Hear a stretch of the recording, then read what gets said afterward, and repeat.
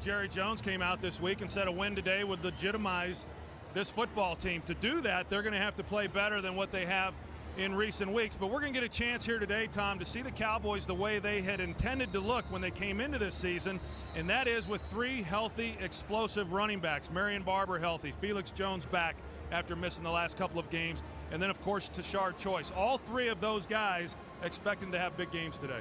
As for the Atlanta Falcons, this is clearly a team on the rise in the NFC. A year ago, they won 11 games. They went to the playoffs, led by a rookie quarterback in Matt Ryan, who appears to be getting better here in year 2. Playing with great confidence, and because of that, this entire team's playing with confidence. This is a Falcons team that wants to run the ball. Haven't been real good doing it compared to what they did a year ago. Today, they're going to have to throw the ball a little bit more, and they'll be doing it against the Cowboys secondary that has had some problems. Let's check in downstairs with Pam Oliver. Well, Tom, Atlanta will face a very average Dallas run defense without 2 of their top weapons. Running back Jarius Norwood is out with a hip flexor. Fullback Obi Mahaley practiced for the first time on Friday, but he is a scratch with the calf injury. Tony Romo and company may benefit from his fortune in the Falcons secondary as quarterback Brian Williams blew out his knee versus Chicago last week. He's done for the year. Back to you. Pam, thanks so much. Atlanta has won the toss, elected to receive, so they will get the football behind second-year quarterback Matt Ryan. David Beeler set to kick it away, and waiting back at the goal line is Eric Weems, who had a big return setting up the game-winning score a week ago against Chicago. So Beeler puts a foot on it, and Weems, 7 yards deep, will take a knee.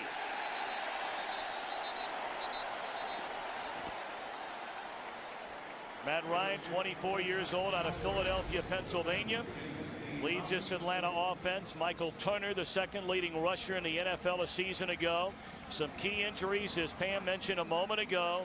Tony Gonzalez has been a monster addition to this offense.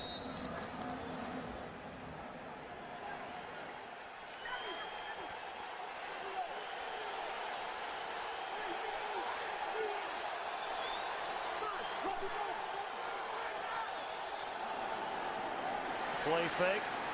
The throw to Gonzalez, and he's out to the 26-yard line. Chopped down by Gerald Sensabaugh, who's back in the lineup. He broke his thumb, you may remember, in the Denver game and missed the game at Kansas City. Get a look at Dallas defensively. Brady James, their leading tackler the last 4 years, and of course Brooking, an Atlanta Falcon his entire career until this season.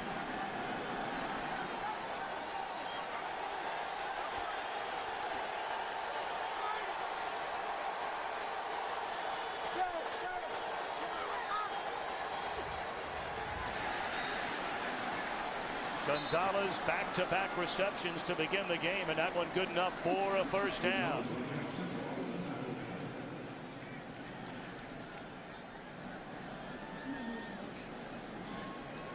We welcome those of you who just watched Minnesota lose for the first time this season. The interception down in the red zone, run the other way for a touchdown, and the Steelers have now won 5 in a row.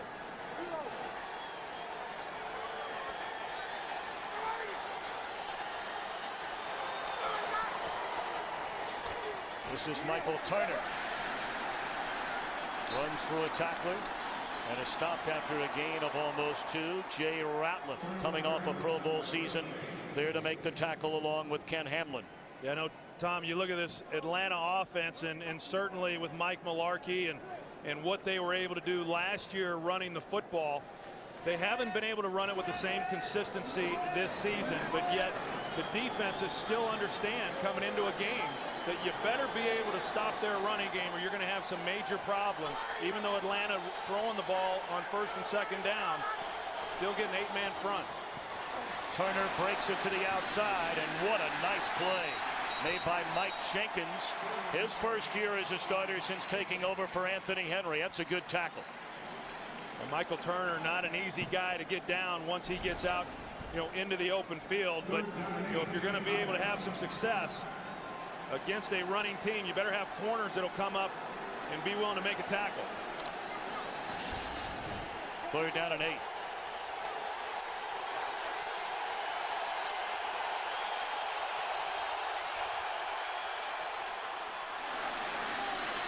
Reception made out of the backfield by Veron Hayes, and that is good enough for a first down. You know, so much about this Cowboys defense is their ability to get pressure on the quarterback. That will be the key in this ball game. But Matt Ryan and this offensive line doing a good job of affording him the time to sit back there and throw the ball. 3rd and long, secondary plays deep. They come underneath. Good job of knowing where he had to get to pick up that first down. A 10-yard pickup on 3rd and 8. They move the chains, and a good start for Matt Ryan. You can't do it much better than that. Well, if they keep giving him that kind of time, Matt Ryan's going to have a big day. Ryan rolling, and he'll step out of bounds a yard short of midfield. That's a gain of 6 on first down for Atlanta. I think for those that haven't had an opportunity to watch much of this Atlanta team, or specifically Matt Ryan, you know, they probably don't know that he's a pretty athletic guy. I mean, he's an impressive quarterback, as impressive a young quarterback as I've seen. He has great accuracy, but he also can throw well on the run, and if it's not there, or if they're respecting the pass, as we saw, he can certainly tuck it and run with it. 7 play this opening drive, and Turner about a yard short of a first down. You talk about Ryan, of course, last year became only the 2nd rookie quarterback in NFL history to throw for over 3,000 yards in a season. The other guy to do that, Peyton Manning. Ryan threw 16 touchdowns and 11 interceptions for his first-year head coach Mike Smith. Smith, the NFL Coach of the Year. 50 years old, out of Daytona Beach, Florida. You said it best, Troy. He's an easy guy to root for. Well, he sure is, and a guy who some knew because of his background at Jacksonville, but I think a little bit of a surprise when he was named the head coach for the Falcons. But what a great job he's done. Snelling, the first man through, and the second effort and a third effort gets him first down yardage down to the Dallas 45-yard line. Well, you called it, Tom. Initially, Dallas stopping Snelling before he was actually able to pick up that first down. He just kept his legs going. And with second and third effort, he was then able to get the first down.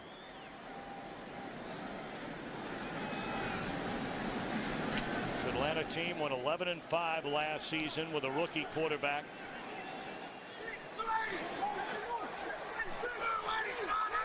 They got beat in the opening round of the playoffs. Flea flicker. Ryan airing it out down the field and really just threw it away. First time he's felt some pressure the entire afternoon. It came from who else? DeMarcus Ware. Interesting call there by offensive coordinator Mike Mularkey 2 weeks ago against the Kansas City Chiefs. They ran a similar play and had an open receiver fail to connect, and the reason is these safeties generally like to hit and get up active in the run defense. You try to test them out early, make sure that secondary is not overplaying the run.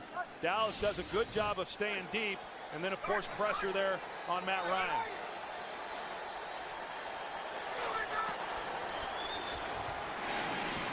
Roddy White, his first catch of the afternoon, and he's inside the 40 down to the 38-yard line.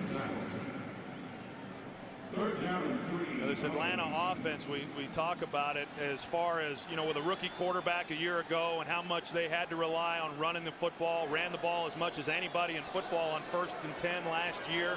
This year that's changed a little bit. Still heavy run, but they are throwing the ball more. Part of that because Matt Ryan in his 2nd season, and the other part of it is they haven't had near the success that they were having last year with the running game.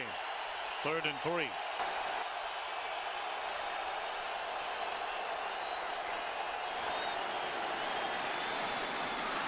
Finneran inside the 25, down to the 24, another Falcons first down.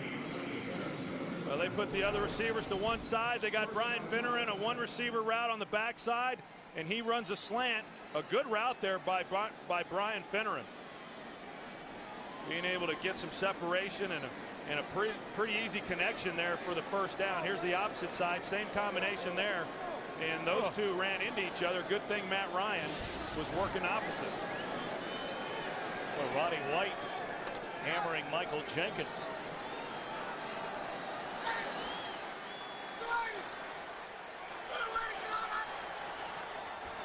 Turner on first down. Avoids a tackle. And it's down to the 19-yard line. Wade Phillips, 62 years old, a native Texan. In his third year with the Cowboys, he's won 25 while losing 13 in Dallas. Took them to the playoffs 2 years ago. They failed to get there despite 9 wins a year ago. And seems like every other week he's feeling the heat along with that guy, Tony Romo.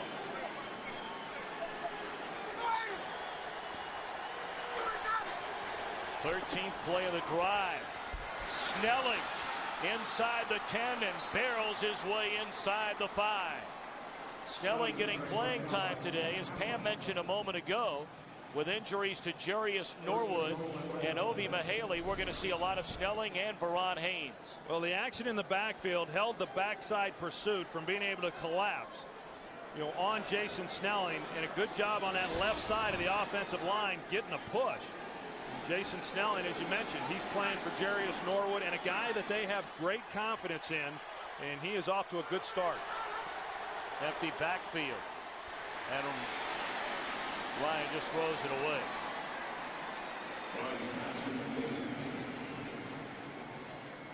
They try to come right back with the slant. DeMarcus Ware, however, you're anticipating that he's going to be rushing. Instead, he's the guy who took this away. Immediately he comes underneath trying to eliminate the quick throw. And as we have seen from Matt Ryan in virtually every game, rarely do you see him try to force anything. He sees the field well. He has great vision. And when it's not there, as we just saw, willing to just throw it away. 15th play of the drive. 2nd and goal. Turner shot down. Maybe picked up a yard. Sensabaugh coming up to make the stop.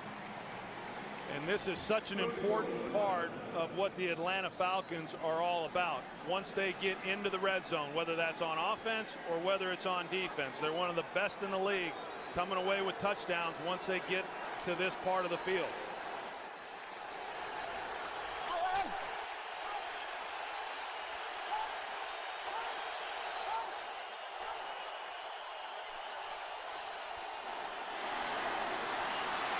Touchdown, Roddy White.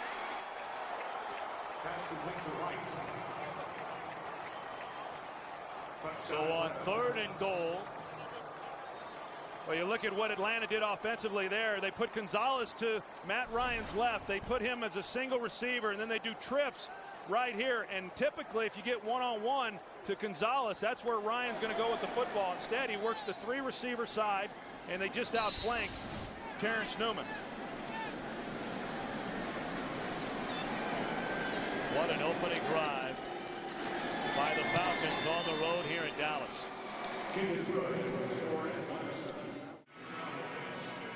The Atlanta Falcons chewing up better than 8.5 minutes on the opening drive of the game, capped off by a 4-yard touchdown throw from Ryan to Roddy White. I think one of the more impressive parts of that drive was the fact that they were 4 for 4 on 3rd down. Allen Rawson touching the football as a Dallas Cowboy for the first time. They just signed him, and he takes a blast from Coy Wire. Tony Romo and the Dallas Cowboys get the football for the first time, trailing 7-0.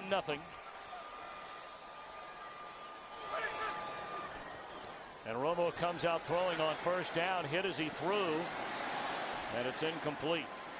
Under heavy pressure from Jamal Anderson. Romo, 30 wins against 14 losses as a Dallas starter, and has his full complement of running backs healthy again, as Troy mentioned a moment ago, and Marion Barber, Felix Jones, and Tashard Choice. That offensive line, a heavy penalized offensive line so far this year.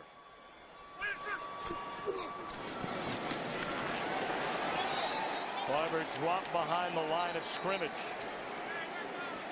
Troy Bierman, the first Atlanta defender there. Of course, Abraham coming off a great season last year.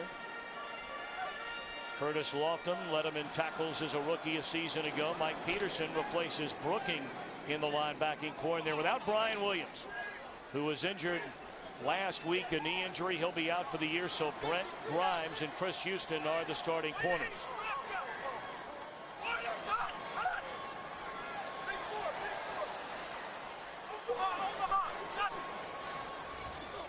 Third and long for Romo. Good protection. Guns it over the middle, and it's dropped by Roy Williams. Well, the guy that the Cowboys have to be able to neutralize is John Abraham, one of the best pass rushers in all of football. They come out and they chip him, give Flozell Adams a little bit of help with the Tashard Choice. It provides a pocket there for Tony Romo and a well-thrown ball, and a ball that Roy Williams just has to catch. Williams in his first full season as a Cowboy came over in the trade from Detroit. Caught 19 passes in 10 games last year. Jerry Jones said earlier this week he still thinks the trade is going to work out fine. Weems plays it on a bounce in good field position. Great opening drive offensively for the Falcons, and a 3-and-out defensively for Atlanta. Well, you talk about just taking the crowd right out of the game. I mean, here they got here today, excited about, you know, a good matchup. Atlanta on their first possession, right down the field for a touchdown, and the Cowboys come back and 3-and-out.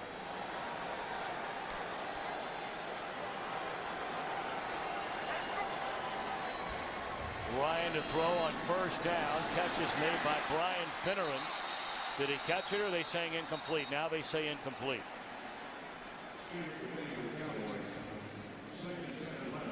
It's like Atlanta now is going to their no huddle. They ran it last week against Chicago. They show it from time to time. It's something that is discussed on Saturday night as to when they may elect to go with it in the game. And they've had great success.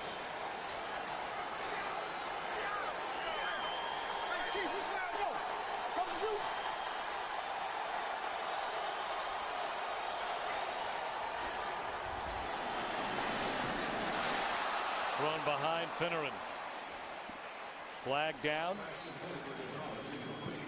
And that's in the backfield. Chop block, 62 offense, 15-yard penalty, second down. That's Todd McClure, their center.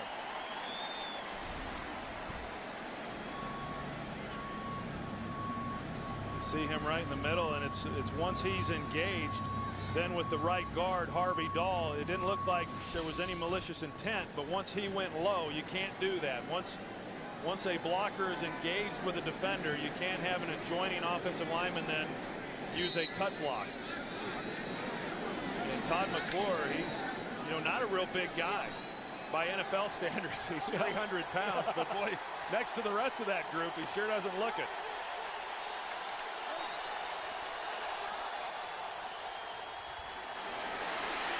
And down goes Ryan. For the first time in quite some time, Marcus Spears was there. The Falcons had gone nearly 18 quarters and 143 consecutive pass plays without Ryan getting sacked. Yeah, Marcus Spears goes right through Harvey Dahl over there on the right side. And you're right. I mean, that's rare. Not only has Matt Ryan not been sacked much this year, but he rarely is even under much pressure. A third and a ton. And Ryan dropped again.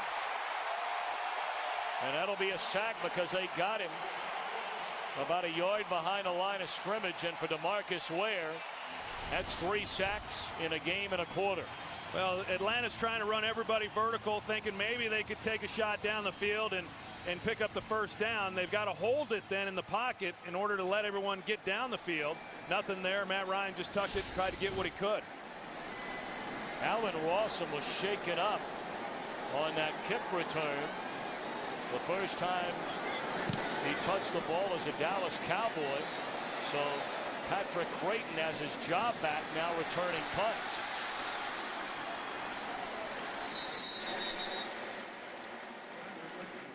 Atlanta out to a 7-0 lead. 3:54 to play in the opening quarter.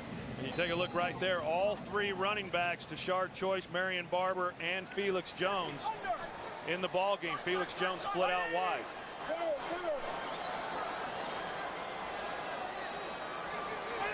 And now all three in the backfield. They pitch it to Jones.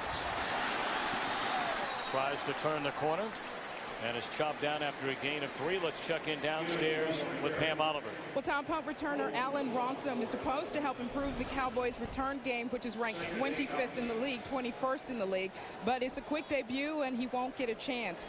Ronsom has a right hamstring injury and is doubtful for the rest of the day. Back to you. Pam, thank you very much. Of course, Ronsom, the only player in NFL history to have a kickoff return for a touchdown with 5 different teams in his career.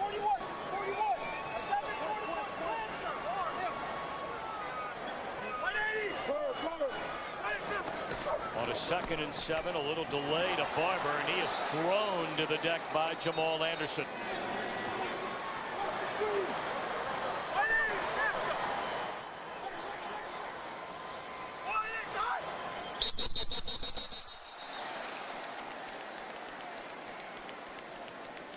Well, Leonard Davis and Jamal Anderson. Ball start. Offense, number 70. 5-yard penalty. 3rd down. Tom, we saw Jamal Anderson on that previous play get into the backfield there and make the tackle. And, you know, he's been playing a lot more at defensive tackle, and that's where he was. And by moving him down to the defensive tackle position, it allows Croy Bierman then to get more snaps at defensive end. And really, you strengthen 2 positions. Jamal Anderson, a first-round pick who has not had a great deal of success in the early going in his career. It looked like Jason Witten started early. Ball start. Number 82 offense. 5-yard penalty. 3rd down. You know, we talked about how penalized this Dallas Cowboy team has been so far this year. Just look at the 5 offensive linemen alone. Well, they got great field position on this drive, and they're just moving backwards.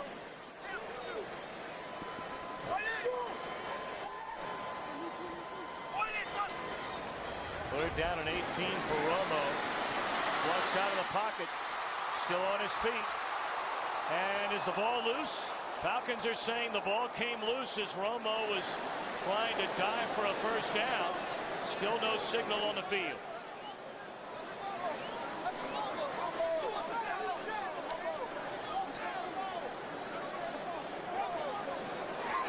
Atlanta football.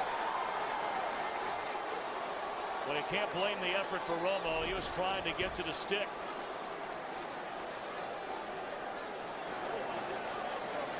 This play will be challenged. Yeah, I think that's coming back. Here's another look at the end of that play with Tony Romo as he's going to the ground, and his left knee, as you will see, is clearly down prior to the ball coming loose.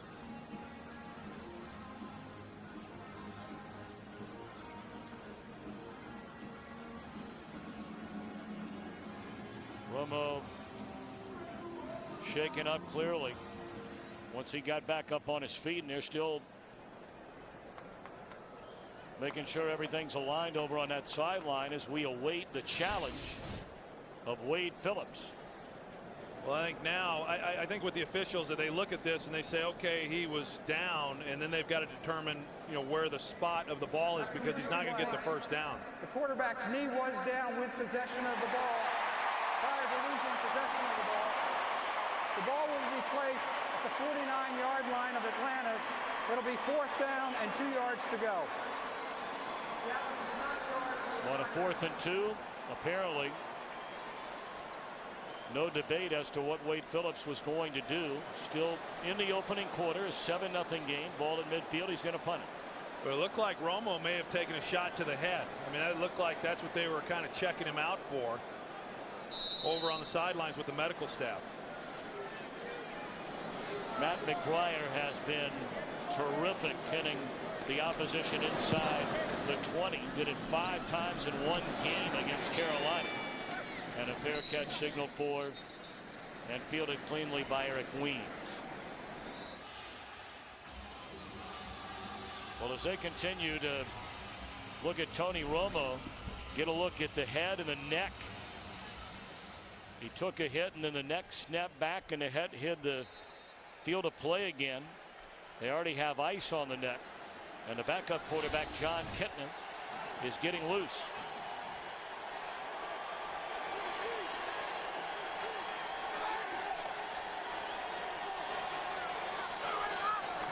Ryan and the Falcons from their own 15.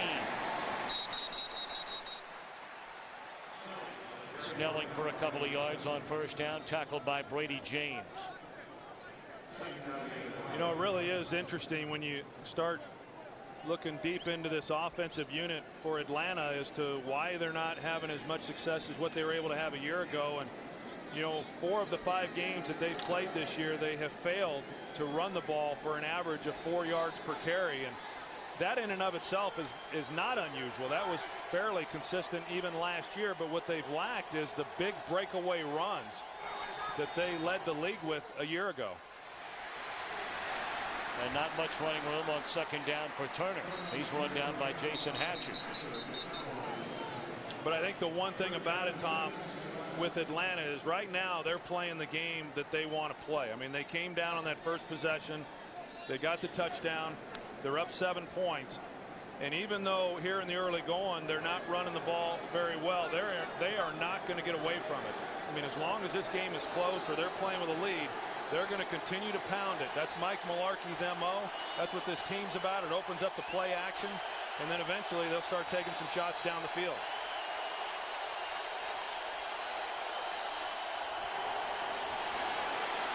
Ryan throws into heavy traffic to Gonzalez, and it's broken up by Ken Hamlin, so 3 and out for the Dallas defense. Michael Caden set to punt it away, standing inside his own 5-yard line. And we mentioned after the injury to Allen Rawson, Patrick Creighton is again returning punts for the Cowboys.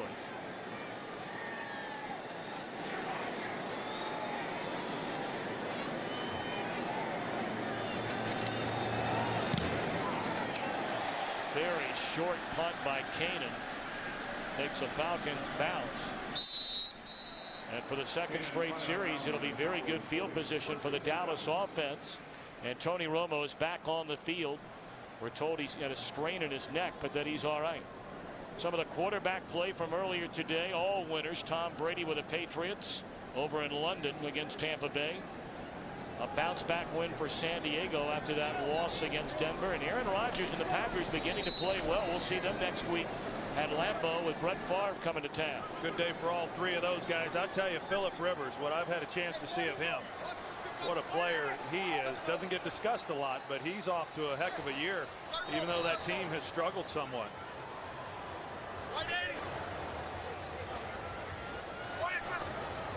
Marty Booker in motion and dropped off to Witten, the tight end. That'll be a gain of close to 6. Of course, later tonight, Game 6 of the American League Championship Series after they were rained out last night. The Angels trying to force it to Game 7 in the Bronx against Andy Pettitte and the Yankees. Coverage begins at 8 Eastern, 5 Pacific after the OT in high definition only on Fox. Romo guns it over the middle to Roy Williams, and that's a first down inside the 40. Well, Brent Grimes, who's making his start because Brian Williams injured his knee last week, and you see it's just a slant route, and Brent Grimes playing soft, playing outside, and all Roy Williams has to do is just take off and get in there. But a good job at the end of this by Brent Grimes at least making the tackle, because Roy Williams had some room to run.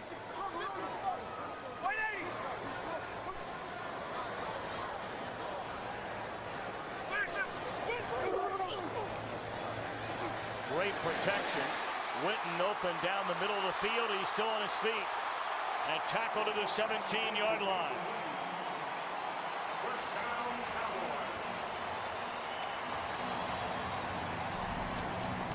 They do a good job of blocking up the blitz off the edge, and because of that, it puts John Abraham one-on-one with Jason Witten.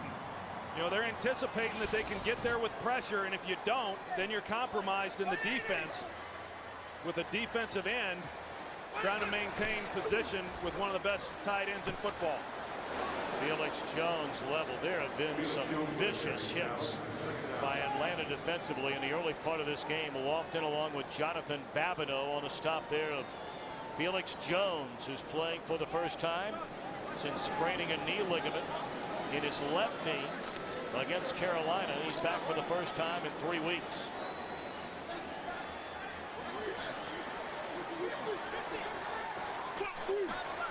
He's averaging over 9 yards a carry. And the Falcons are showing blitz again. 26.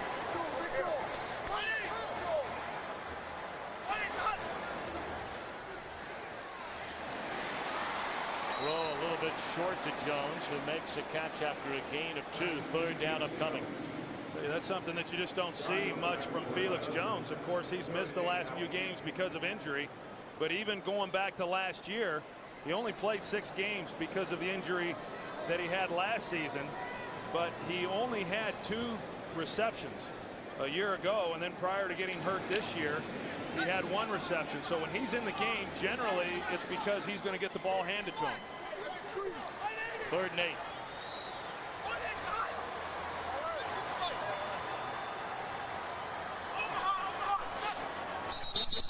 Looked like early movement by Colombo. False start. Offense, number 75. 5-yard penalty, 3rd down. Boy, these mental errors for the Cowboys, really on both sides of the football.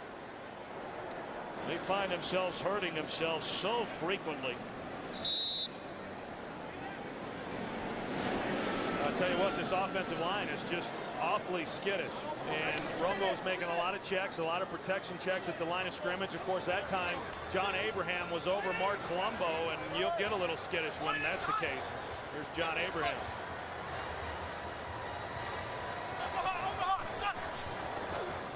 Third and 13. Batted away by Brent Grimes. It looked like Williams had a handle on it, but a good play by Grimes. And this has been the problem with this connection between Tony Romo and Roy Williams. You see soft coverage, you got a curl route, a ball right there thrown. That should be, by any standards, an easy completion, but yet they just have failed to execute. The 2 of those have failed to execute some of the simplest route combinations that you would typically see. Nick Folk on for a 38-yard field goal try. And right down the middle. 7 plays, 41 yards, capped off by a Nick Folk field goal and a 4-point game. Atlanta coming in at 4-1 on the year. Their only loss this season on the road at New England. And Dallas trying to beat a legitimate playoff contender. Their 2 losses have come to the Giants and the Broncos. 1 loss between the 2. Another hard hit. On the opening drive of the game, the Falcons went 80 yards on 16 plays. You see what they've done offensively since. -5 yards and a couple of sacks on Matt Ryan, who throws on 1st down, incomplete.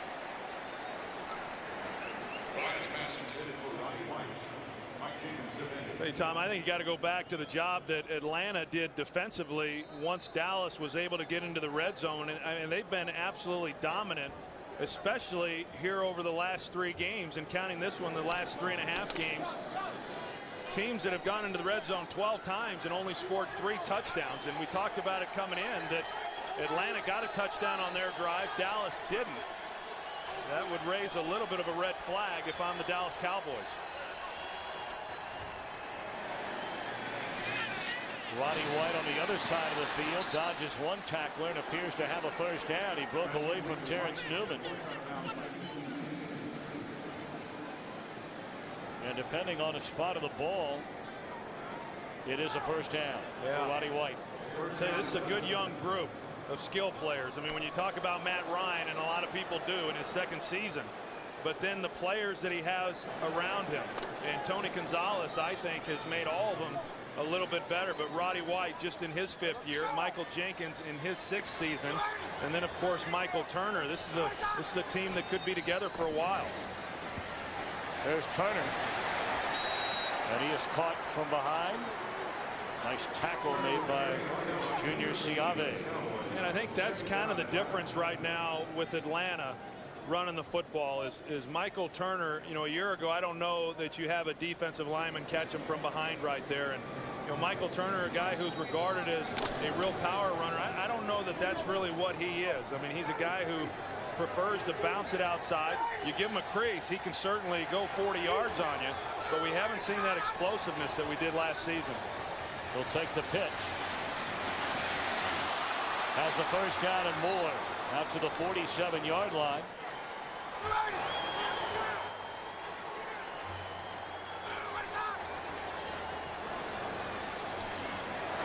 What a hit delivered by Sensabaugh on Verron Haynes. Boy, what a difference Sensabaugh makes in that Dallas secondary. Well, this was a secondary that struggled a year ago. They bring in Gerald Sensabaugh to help kind of solidify that safety position, and then he's been injured the last couple of games as well with a broken thumb. There you see the cast there on his right hand. And he's a guy who, when he was in Jacksonville, I mean, he's a talented safety. He's a cover safety. He would play the slot receiver in their nickel package. So that tells you the type of coverage skills that he has. 2nd and 10. Ryan under pressure, and it's intercepted. That's Mike Jenkins in midfield.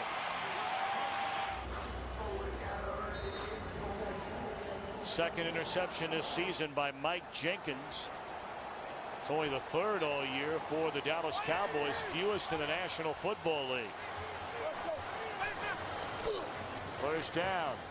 They give it to Felix Jones. Boy, he was one tackle away from going the distance. Chris Houston able to trip him up.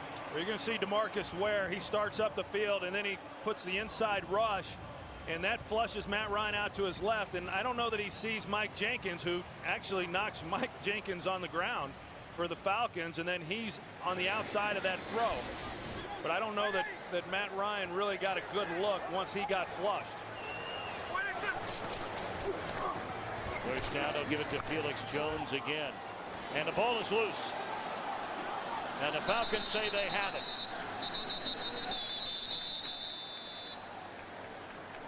And it is Atlanta football. The critical fumble there by Felix Jones. Well, let's take a look and see when the ball came out. And yeah, the ball is coming out before his knee goes to the ground. And I think that's the thing you worry about most for a guy who's coming off of injury.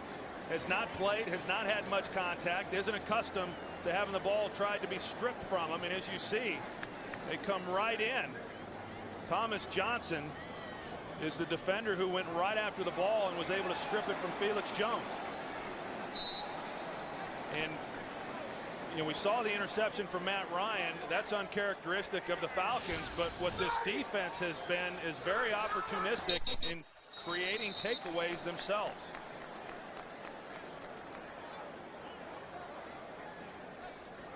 Encroachment, defense, number 90, 5-yard penalty, first down. And you know, you don't want to beat up on the Cowboys offensive line with all their penalties. In the Kansas City game, the defense of Dallas was called for encroachment 5 times in one half, 4 times in 7 plays by 4 different defensive players. We'll take 1st and 5 all day long. Snelling still on his feet, very close to a first down. They're starting to create some running lanes right now, this offensive line for the Atlanta Falcons. Tyson Clabo, the right tackle, does a good job of sealing off the edge. You're going to see he's going against DeMarcus Ware, and then inside Harvey Dahl, the right guard. That's a pretty good lane. And old Michael Turner hasn't seen a lot of those here over the early part of this season.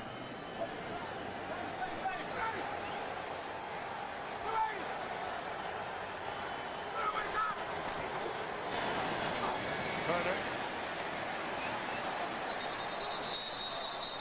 maybe back to the line of scrimmage. Hey, this game is taking on a tone, Tom, that I didn't anticipate coming into this game. I think looking at it and the two offenses and defenses that, you know, had some injury, had some concerns, and how they would be able to match up against each of these offenses, but yet it's been a defensive battle here in this first half. I mean, really, it's been one drive. That was the very first drive of the game when Atlanta started from its own 20, went 80 yards, chewing up 8.5 minutes for the 7-0 lead. No flag, and Roddy White looking for a flag. He got tangled up with Mike Jenkins. Yeah, I think that old Michael Jenkins got away with one here because Roddy White was coming in, and both guys are entitled to the ball, but you can't go through a receiver in order to get there, and they didn't get the penalty. So now a 3rd and 10. Matt Ryan started the game 6 out of 8 on that opening drive. He's won for his last 7, including the interception.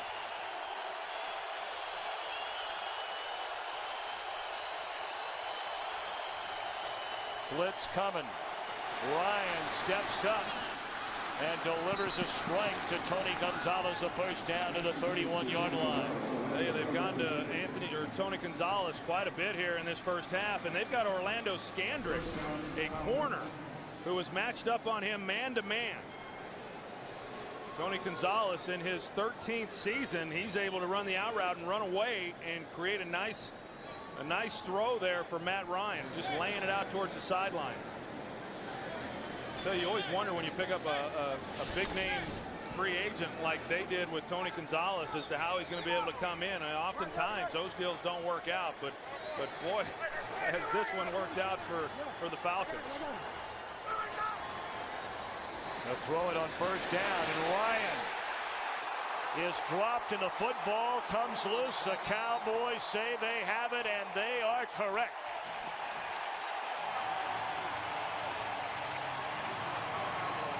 Well, DeMarcus Ware comes off the edge, and then it forces Matt Ryan to have to try to step up in the pocket. You're going to see here in the push inside, there's just nowhere then for Matt Ryan to step up into.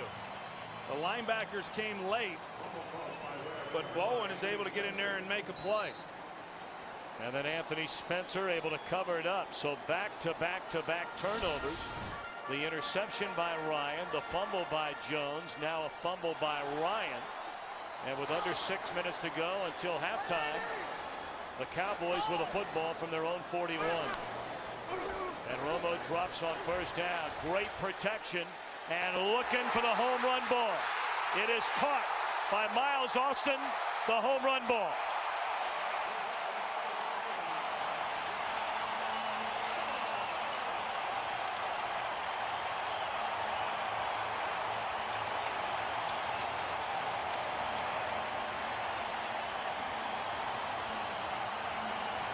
Falcons bring pressure, they block it up, and then you've got Miles Austin in the slot, who just runs a deep crossing post route, runs away from Deku. A good call there by offensive coordinator Jason Garrett, anticipating blitz off of Romo's backside, keeps protection in, blocks it up one-on-one outside, touchdown. First lead of the day for the Cowboys. Folk for the point after, and it's good.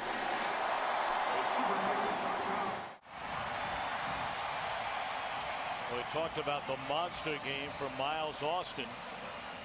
In fact, the 250 yards, the most receiving yards ever by a player in his first career start, including the game winner at Kansas City in overtime 2 weeks ago. And that touchdown gives Dallas the lead. Weems from the 3. Flags come down on the play as he brings it out to the 28-yard line.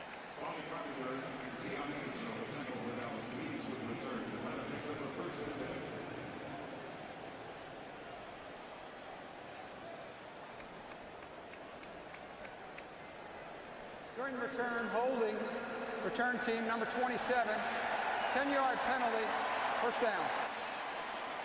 That's Jamal Fudge. They just signed him this week after the injury to corner Brian Williams.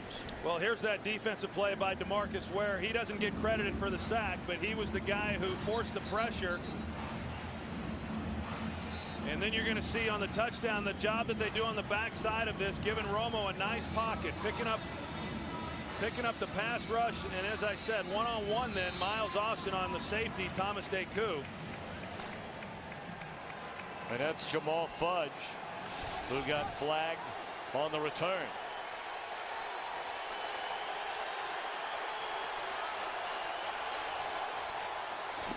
Delay to Turner. Out across the 20, out to the 22-yard line, thrown all the way back down to the 15. Hey, you got to hand it to this Dallas defense after that first drive where Matt Ryan and the Falcons made it look easy. They have done nothing ever since. In fact, the best thing that's happened to them is punting twice. Yeah, and I think if you look at the season defensively for the Cowboys, outside of the first 2 weeks of the season against Tampa Bay and then against the New York Giants, they've been pretty good. The problems that they have had have been late in games and being able to stop people. Ryan rolling out, guns it in and out of the hands of Michael Jenkins. Well, Minnesota falling from the ranks of the unbeaten already today at Pittsburgh, and a rout taking place so far anyway in Miami against unbeaten New Orleans. 3rd and 6. Crossing pattern. Weems denied first down yardage. 3 and out again for the Dallas defense. Well, what Atlanta tries to do now to slow down the pass rush of DeMarcus Ware is they go with a trip set here and make DeMarcus Ware widen out. Make it a longer distance for him to be able to then get to the quarterback. They've got time to throw the football. Problem was good coverage by the Dallas Cowboys. And now Romo and the Cowboys will get it back with plenty of time to try and get down the field for another score before the half. Kanan puts a foot on it. Creighton from the 35. And he is stopped immediately by Croy Bierman.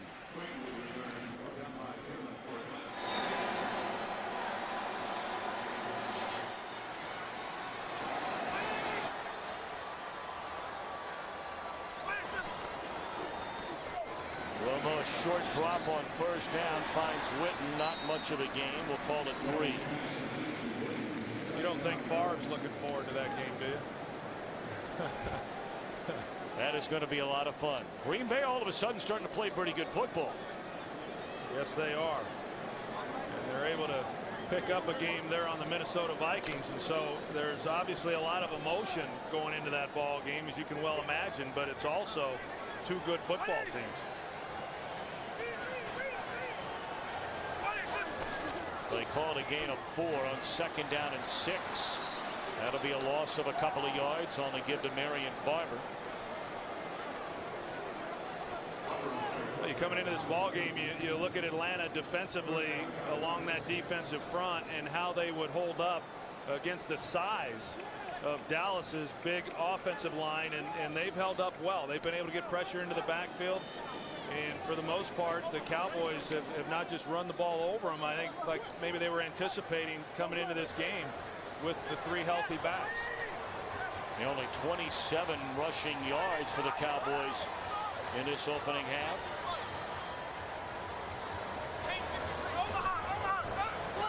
They just get it off. Romo pump fake. Wide open down the middle of the field and making a catch to Shard Choice. And that is a first down to the 38-yard line. Well, Atlanta comes with a 4-man rush, and they give him some time. You're going to see Tashard Choice. He's just running up the seam. And the guy then who has to be able to get underneath that is the linebacker, Mike Peterson. But they run another receiver shallow, and he's got to make a decision. Once he leveled off, it allowed Tashard Choice to get in behind him for the first down. Tashard Choice was a heck of a pickup for this Cowboys team. A 4th-round pick out of Georgia Tech.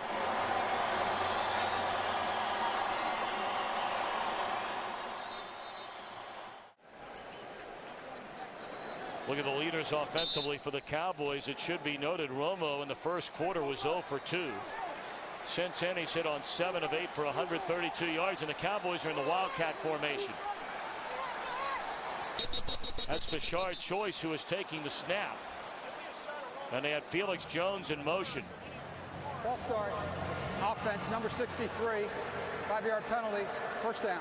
And I'll tell you, Tom, Tony Romo did something there that was actually pretty smart. I don't know exactly what they had diagrammed, but it looked like Tony Romo was going to come back into the backfield off of that action. And once the flag went in the air, he saw it, and then he immediately reversed his course and ran up the field, not to give away whatever it was that they were planning on doing. I wouldn't be surprised if maybe they come back to that in the second half. Play fake to Barber. To the near side, caught by Williams. And that's at the 35-yard line. The Cowboys have all 3 timeouts left. There is a flag down. And again, it's against the Cowboys.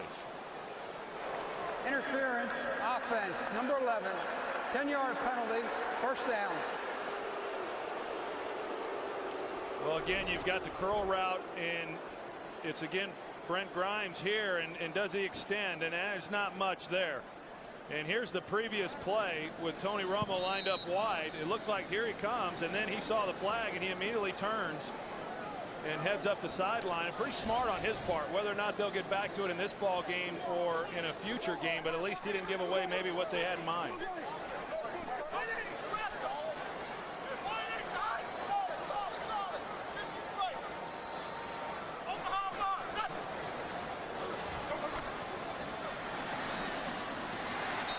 Reception made at the 42-yard line by Martellus Bennett, the backup tight end out of Texas A&M, a second-round pick last year.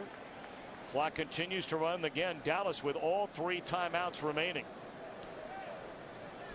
Right now, Dallas doing a good job on John Abraham and keeping him from really being much of a factor. And they knock him to the ground at the end. He's getting triple covered. That's when you know you've arrived in the NFL, when they put 3 guys on you. Well, Dallas burning a lot of time after that completion a moment ago, not using a timeout. They huddled up. And now Romo across the middle. It's incomplete. He had an eye on Witten, and he took a hit from Jamal Anderson. Did Tony Romo. Well, what this play is Witten just what they call F post. And it looked like they had the middle of the field, looked like they had a good call against the coverage, but yet Witten just was not able to get across the face of Thomas Deku, and he plays that exceptionally well. Thomas Deku has been a good player for this Falcons defense this year, coming off his best game of his young career last week against Chicago with 2 interceptions. Yep, and named the NFC Defensive Player of the Week for that effort. So 1:05 to play until halftime. Romo throws, catches made, and that's good enough for a first down to the 27. And again, it's Martellus Bennett. You were talking about him before the game. Had a real nice rookie year. Has been pretty quiet so far this season. Quiet today until the last 2 completions and a timeout on the field. Romo and company with 52 ticks left. That's the first timeout Dallas has spent here in the first half. So 2 to go, and the ball's at the 27-yard line. Well, and Tom, when we were talking with head coach Mike Smith yesterday, he talked about the importance that he places on defensive stops before the end of a half, or certainly at the end of a ball game. But the statistics, and I don't know exactly what they are, but they're pretty overwhelming. When a team is able to score before the half, that team generally goes on and wins games, and that's not lost on Mike Smith. That's what happened the game you had in Atlanta against New England.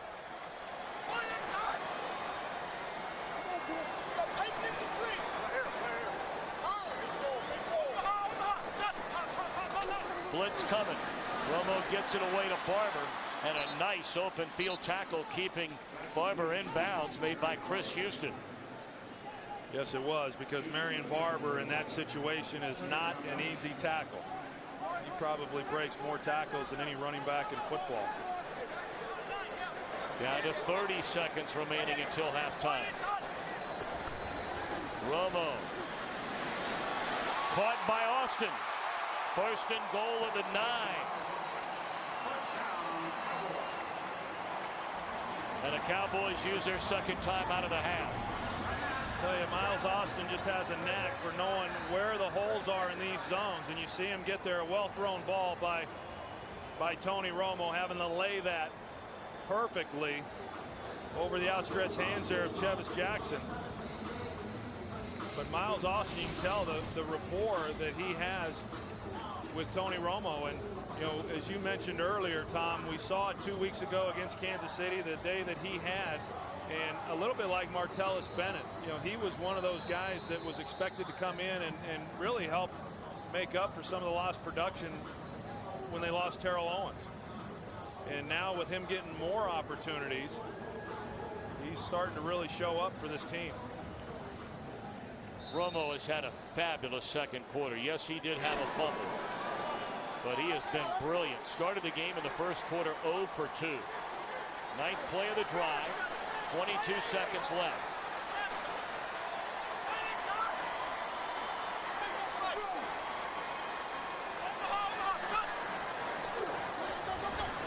Great protection. Across the middle. Jones the reception at the 6-yard line. 15 seconds left, and Dallas will spend its final timeout of this half. And you know, if you're an Atlanta Falcons fan, the way you start the game, you go 80 yards, 16 plays, jump out to a 7-0 lead. But ever since then, this game has been dominated on both sides of the ball by the Dallas Cowboys. Yeah, both defenses have really done a pretty good job and played very hard. And now Dallas is starting to get a drive going. Of course, if you're looking at this from Atlanta's perspective right now, down 3 points, as I mentioned, coming in at halftime.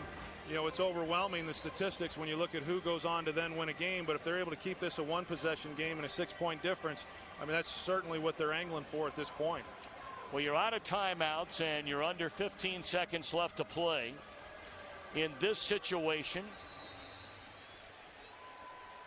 you know, you're probably not going to get off 2 more plays, perhaps enough time to spike the ball if you do make a completion. But a lot of choices here now for Tony Romo.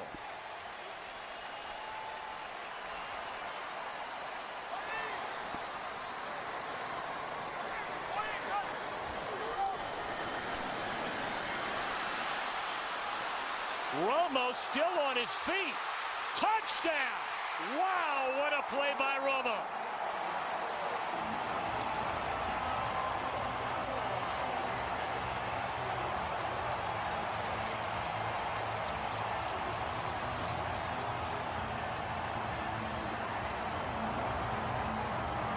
Romo, like bumper cars in the backfield, somehow got away and finds Creighton for 6. Jonathan Babineau was the first one to get there, and he just doesn't wrap him up. He just bounces right off of him, as you said. And you know, once he escapes the pressure, he is looking to find an open man, and you just can't expect the secondary at that point to be able to cover for that long. 17 unanswered points for the Cowboys. They score in the final seconds of the half to go up by 10. I mean, really a good job with the twist up front defensively, and they get what they wanted. You know, Mike Smith, you know, showing his frustration and anger on the sidelines. When you come up with a plan to get pressure on the quarterback in that situation and you get a guy loose and you're not then able to make the sack. And here's Patrick Creighton, who had a chip on his shoulder this week after being named the 3rd receiver, losing his starting job to Miles Austin. But look how he continues to keep playing. And at that point, it's just staying alive, knowing that Tony Romo would find him.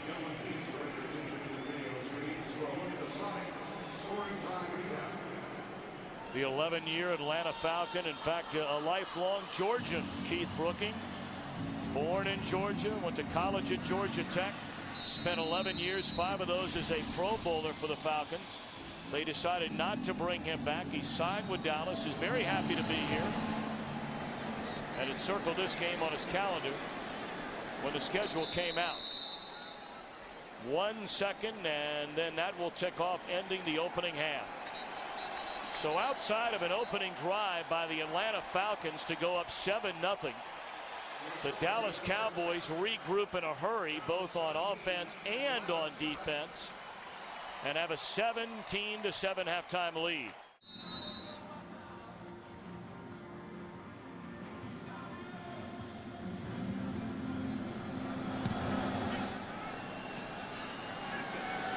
The Jones will take a knee. And let's check in downstairs with Pam Oliver. There were a whole bunch of smiling Cowboys, Tom, as they went into the locker room. Tony Romo, Wade Phillips had the biggest grins. I asked Wade what's going on with the defensive line, getting all that pressure. He said he challenged them to act like last year's defense when they led the league in sacks. I asked Mike Smith what's happening. He says we've just got to block better. They're not showing anything we haven't seen before. Hated that touchdown before the half, but he also said that's just football. Back to you. Pam, thanks so much. So Romo had the dazzling second quarter. Gets the ball to begin the second half with a 10-point lead.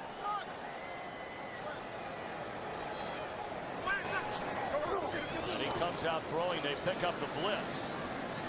And it's complete out to the 27-yard line to Martellus Bennett, his third catch, all within the last 3 minutes of play. Yeah, Atlanta comes right out, and they try to get pressure on Tony Romo with a secondary blitz, and Chevis Jackson, and Marion Barber's able to pick that up. And you know, Atlanta there in that first half doing a lot of things that they just have not done in the early part of this year. I mean, they've done a good job protecting Matt Ryan. They've done a good job of protecting the football, and they didn't do either of those things well in the first 30 minutes. Well, it looks like a player injured on the field as timeout is called, with Dallas leading 17-7. And you know, you got to wonder if Atlanta now is able to make some of the changes as far as, you know, making an adjustment offensively to counter all that pressure that the Cowboy defense able to put on Matt Ryan. Well, I think that this drive right here is very important for the Atlanta Falcons. I mean, we talked about it going in at half. They gave up the touchdown. Now Dallas gets the ball right back to start this second half, and it's going to be important as far as really setting the tempo now for the second half and being able to get something back themselves to make a stop here on this possession defensively. Talked about the Cowboys feeling how important this game was. I mean, Troy, if we heard it once, we heard it 5, 6, 7 times in our meeting with the Cowboy players and coaches a couple of days ago, and trying to get off to this 4-2 start rather than 3-3. Well, I think that, you know, you look at it and they've had a bye week, and so they've been able to correct a lot of things and really try to see where they are as a team and what they needed to do to recapture some of the confidence that has been somewhat shaken through this year. Timeout, by the way, charged to the Falcons. That's why we had a stoppage of play. And that's a carry by Marion Barber, good enough for a first down. You know, I know Dallas came into this game feeling that with 3 healthy running backs they would be able to run the football. That really did not happen in the first half. They moved the ball because of the job that the offensive line did in protecting Tony Romo, and that he's having a hot day. There's a perception around the league that Tony Romo is having a bad year, and that's not the case at all. You look at 2 of the games this year are 2 of his career best in terms of yardage. First down throw, Romo right on the money, and the catch is made by Miles Austin out to the 45-yard line. Another first down. A good job on the outside, one-on-one, and Romo playing with a lot of confidence right now. I think to go back to what I was saying is that, you know, this is a football team. Hasn't always been the case. It is the case around the league, but when Tony Romo doesn't play well, this team doesn't win. It's that simple. So he's not afforded the luxury of winning games by relying on his defense or his running game. Marion Barber nowhere to go on first down. Maybe got back to the line of scrimmage, tripped up by Lofton, and had some help from Eric Coleman. And when Tony Romo has played well, this team has won. And when he's played bad, well, they've lost. And he's played well 3 times this year, and they're 3-2. And really, you cannot argue with 44 games started as a Dallas Cowboys quarterback. And I know there are those that will say, well, he hadn't won in the playoffs yet, and that is true. But as a starting quarterback, he is 30-14, which is the 4th best record for 44 starts among all Super Bowl era quarterbacks. And that's trailing only Kurt Warner, Ben Roethlisberger, and Tom Brady. Incomplete, and penalty flag on the play. Flag is in the backfield.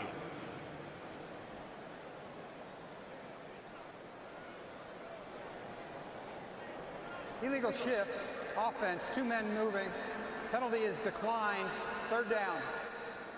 It'll be 3rd and 10 rather Then 2nd and 15. You know, Tom, I think to follow up on your point, I think somewhere along the lines for a team that has not won in postseason in quite some time, the expectations got awfully high. And the reason they got high is because they had Tony Romo playing quarterback, and now he in a lot of ways is victimized by those expectations that he helped create. And yet he'll be the first to say that, you know, there are times when he needs to play better if this team's going to achieve, you know, what they certainly feel they're capable of.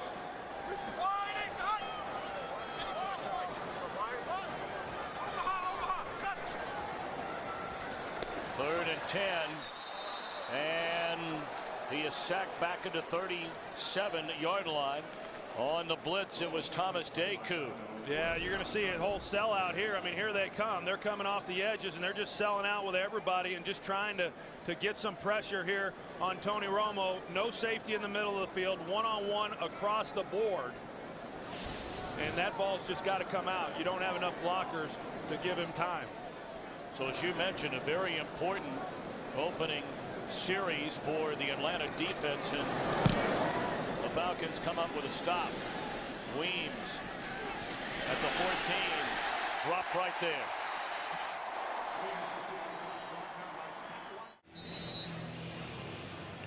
(17-7), just underway in the second half from Cowboys Stadium in Arlington, Texas. Matt Ryan, after a great opening drive, has been roughed up by this Cowboy defense. He'll hand it off to Turner, who's had a quiet game yet again today.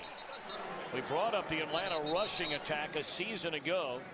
Number 1 in the NFL, 151 yards rushing per game. This year they're averaging 71 yards per game. That is a huge swing. Well, offensively this year, I mean, if you look at their first 5 games, 3 times they've been held under 300 yards of total offense. They're on pace for under 300 yards again today, but yet they're capable of being explosive. We saw that in their game against the 49ers.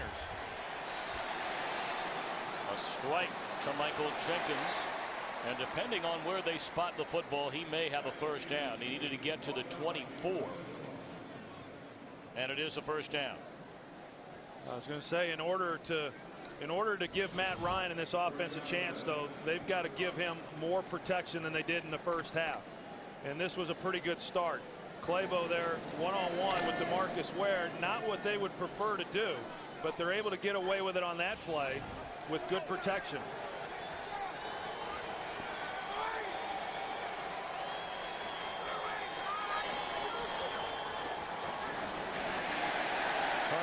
Up at the line of scrimmage by Jay Ratliff, who came down the line to make the stop.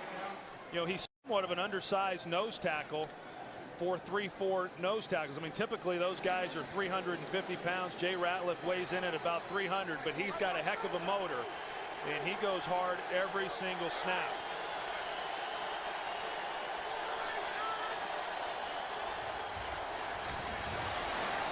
Draw to Turner. And he's out across the 31-yard line, bringing up a more than manageable 3rd and 3. Well, they're able to use some of that aggressiveness against that Cowboys defensive front, get them upfield, and then run the draw. And you're right. I mean, they started this game out, Atlanta did, very good on 3rd down. And most of that was there on their first possession. But since that time, they've struggled here.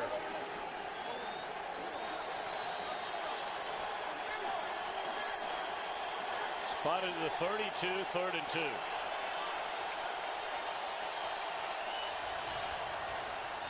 Good protection. Incomplete.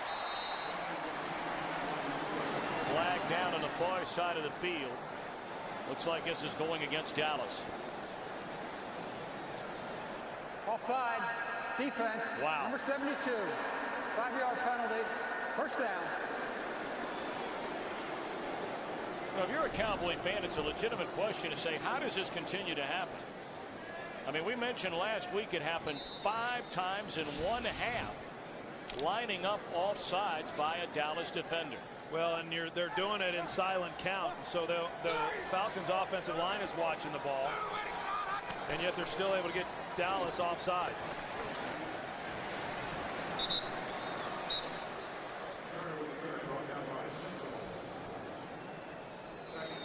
Cowboys here playing a late afternoon game, and Troy, you were talking about being an event before the season ever started, and the sun fading into the western sky and then shooting onto the playing field, and that could be a factor before this game is over today. Well, it could be, and you can see the sun coming through the end zone there. It'll be better for the Falcons in this direction because the quarterback is the one who really has to deal with it. When the receiver turns to catch the ball, the sun will then no longer be in his eyes. This is really more of an issue with Matt Ryan. Snelling across midfield, all the way down to the Dallas 35-yard line. They very much like Jason Snelling.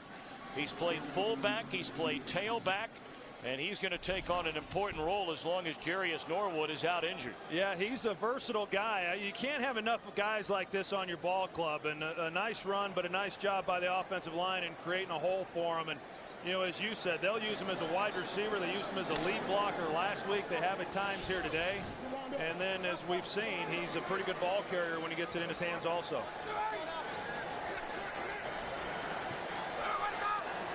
From the 31, they fake it to Snelling. Ryan all day to throw, now rolling out left.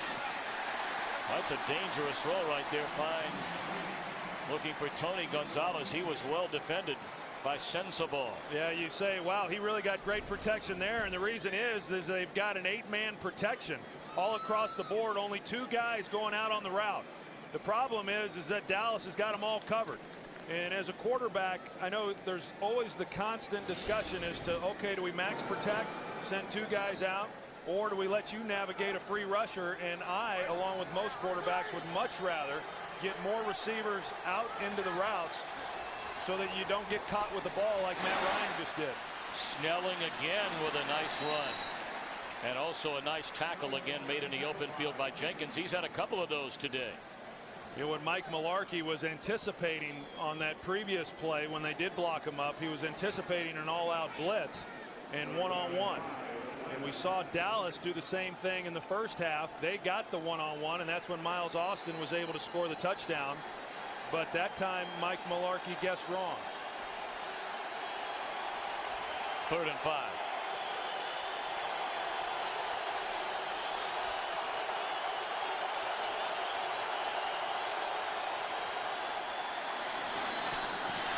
It looked like Gonzalez was the intended receiver, but sneaking in 5 yards behind him and making a catch is Roddy White. And that's a first down at the 15-yard line. I don't think that's how that play was drawn up, because you're right. You never put 2 receivers. It looked to me like Gonzalez might have got a little deep on his route. And what looked like a high throw was a perfect throw then to Roddy White. And he got his feet down. Now the Cowboys brought a blitz off the front side. And the Falcons did a great job that time anticipating blitz and picking it up. Snelling becoming a big factor in this game, and especially on his drive. Hard to bring down. And I think you got to go back, Tom, to the offsides penalty that kept this drive alive. And you know, those penalties, and they're accumulating for this Dallas Cowboy team, as they have in other games. And eventually they're going to come back and bite you. It didn't happen in the first half, but it already has on this drive, because if nothing else, Atlanta's going to be given an opportunity for a field goal.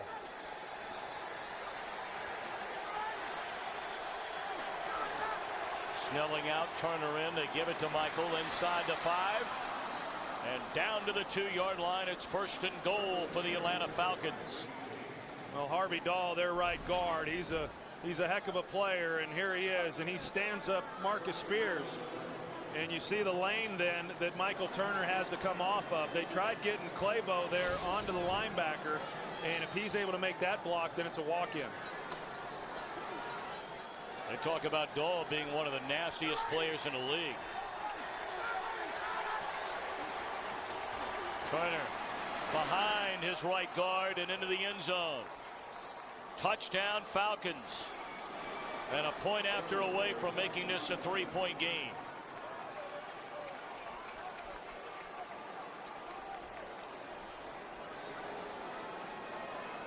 Now, that's exactly what the Atlanta Falcons needed. You know, after being able to make a stop when Dallas had the ball to open up the second half, and then to take this drive down the field and regain a little bit of the momentum that they had lost. Point after is good. Dallas 17, Atlanta 14. The Falcons marching 87 yards on their first possession of the second half, much like they did their opening possession of the game. And Felix Jones again will take a knee. Back in Arlington, Texas at Cowboys Stadium. It's been a big day for Tony Romo after a slow start. Not much of a running game for the Cowboys today, despite the fact that they have all three running backs healthy for the first time in nearly a month. And Romo going to put it up on first down. Looking for Austin. Flag down. Austin caught it.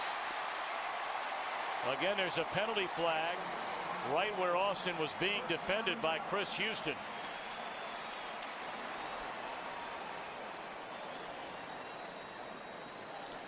And it's against Atlanta. Tell you, that was a heck of a throw. Contact. Defense number 23. Penalty is declined. First down. You couldn't throw this ball any better than what Tony Romo just did. You're going to see there, it's you know, other than the contact right there, I mean, it's great coverage underneath and just a perfectly thrown ball. So it really didn't matter with the penalty on the play. They get the completion, and Miles Austin gets his feet in bounds.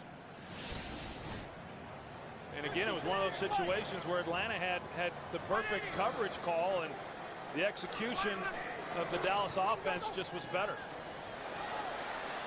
Romo on first down. It looked like Roy Williams either tripped or shut it down. Well, they were taking a look at the right calf of Thomas Johnson.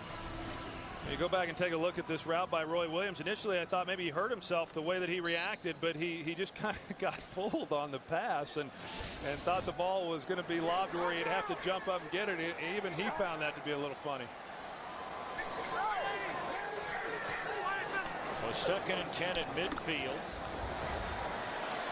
Felix Jones still on his feet and appears to have a first down to the Atlanta 38-yard line. Well, he gets behind those big bodies up front and you can't find him. Tell you what, every time he gets the ball, you kind of hold your breath and you just wait to see him come out the other end. He got right behind Kyle Kozier, who was pulling out in front, and you know, I mean, he showed you some of the power that he has even in traffic. And you know, if they can keep him healthy, you know, this guy is as explosive as they come. He's doing at the NFL level what he did there in Arkansas, and it's rare to see any athlete do that. They pitch it to him. Turns a corner. And is shoved out of bounds at the 27-yard line. Got a good block from his tight end, Jason Witten. Yeah, he sure did. And you know, it got Felix Jones then, you know, around the corner. You see there in space, and you know, Jason Witten, everyone knows what kind of receiver he is and the type of player he is, but I think he's an underrated blocker. He's as effective a blocker as there is, I think, at the tight end position. I know, in fact, even Tony Gonzalez said this week that he thought Jason Witten was the best tight end in football, and I would agree. Jones again, and this time nowhere to run. Well, you talk about the explosiveness of Jones. Coming into the game, he only had 21 carries because of the injury to his knee. 6 of the 15. 6 of 15 went for 24 to 40 yards. I mean, he can bust it now when he gets into the open field. Well, I mean, last year, even though it was limited, he averaged just under 9 yards a rush. And then this year, he's averaged 10 yards a rush. So he's had enough carries. I mean, he's not going to continue that throughout his career, but you know, that tells you that he's capable of going the distance every time he has it in his hands. Second and 9. Romo wide open field in front of him. Slides down at the 11, and that's a Dallas first down.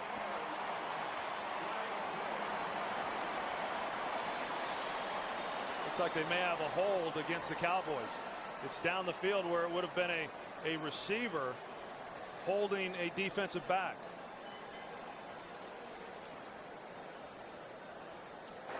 Holding, offense number 80, 10-yard penalty, Still second down. Well, you hit the nail on the head there, Mr. Aikman. That's Martellus Bennett. Yeah, and Atlanta was locked up man-to-man, and you can do that when you're going against a quarterback that you don't feel is much of a runner, and certainly Tony Romo is not that. But yet a couple of times now when we've seen them go man-to-man, Romo's had some good scrambles. You see right here the hold.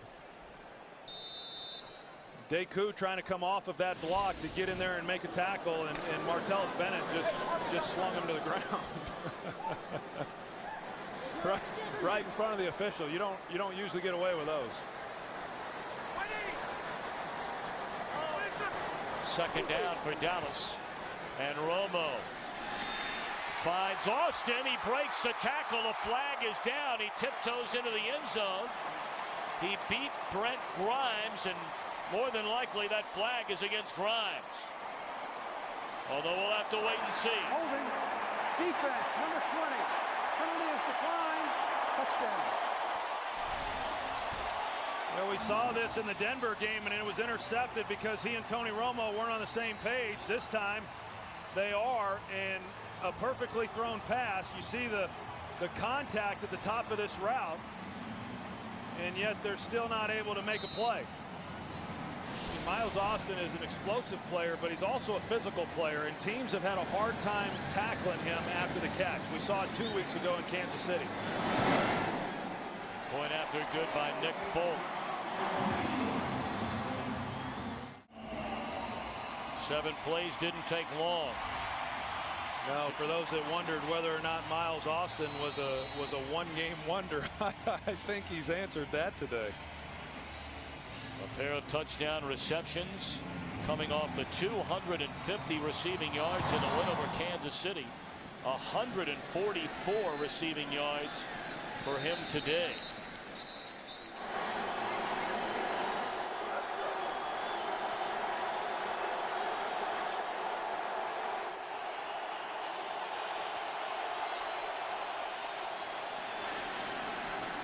Michael Turner on first down with the Falcons down by 10.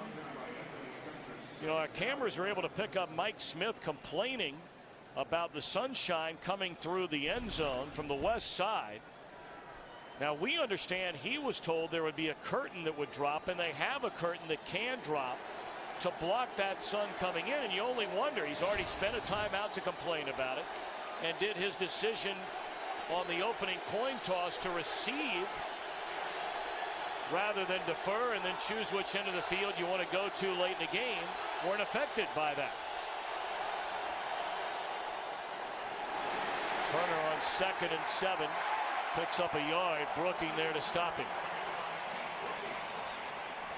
Well, you said it, Tom. I mean, they do have a curtain that they can drop that would then block the sun. They've got to make that decision coming out at the half. They can't drop it now.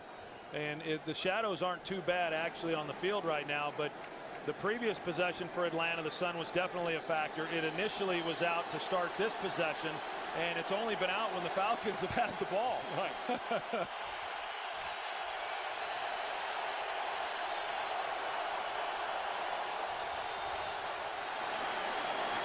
Nearly intercepted on a throw down the middle of the field intended for Gonzalez. Well, that was Gerald Sensabaugh, the safety, and as we talked about a little bit earlier, you know, he's got the cast on his hand and over his thumb, and you know, he's just trying to bring that one in and cradle it as best he can because he can't use his hands to intercept it. You're not going to get an easier opportunity. A good job there defensively by Dallas after getting the touchdown to go back up 10 and then forcing a 3-and-out. Cannon on the punt. Creighton and Newman back for the Cowboys. A booming punt by Cannon. Knocking up Newman to the 24, and he's running the wrong way. Finneran chasing, and Snelling runs him down and throws him down at the 12. Great coverage. Well, that wasn't a very good decision there by Terrence Newman. Initially, they were going to have relatively decent field position, but he just keeps running backwards. As he's running to the sideline trying to get on the edge, he's losing ground. And good pursuit there. Jason Snelling, we talked about him a little bit earlier as far as what he means to this offense, especially with Jarius Norwood down. He's also a heck of a special teams player. Last year, he led the Atlanta Falcons in special teams tackles. So a 53-yard punt, really make it a 64-yard punt, because that was 11 yards lost on the return by Newman. So on first down, they give it to Marion Barber, and he's out to the 20.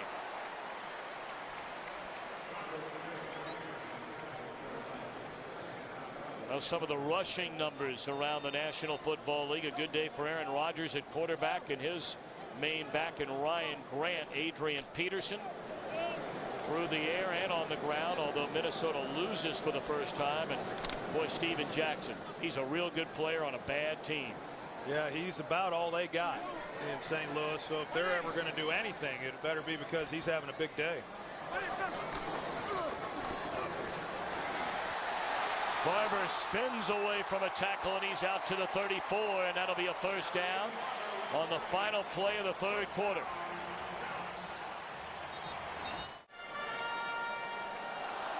Take a look at the NFC East standings. The Giants losing for the first time all season last week in New Orleans.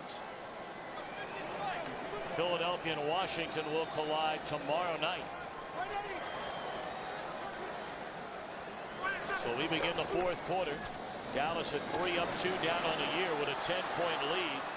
And again, Romo, not known as the niftiest runner among all NFL quarterbacks, but has done a nice job of evading trouble today. Boy, he really has. I mean, they've had some guys that have been back there and ready to make a play on him, and yet he's been elusive enough to turn bad plays into positive plays. That doesn't look like much, only a 2-yard gain, but it sure beats the alternative.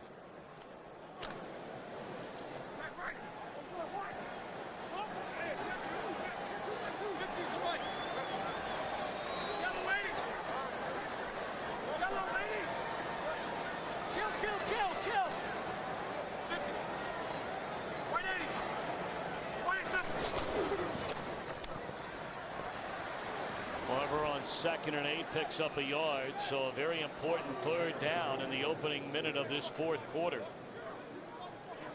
Atlanta down 10 to the Cowboys. You take a look at Marion Barber, and prior to this possession, he had only had 5 carries on the day. And you know, I think that this part of the game is when he's really at his best, particularly if he's not overused early in the game, and that's where he was back in 07 when Julius Jones was the starter. Last year he became the starter and got a bulk of the carries early in games, but then he couldn't close people the way that he had in 07.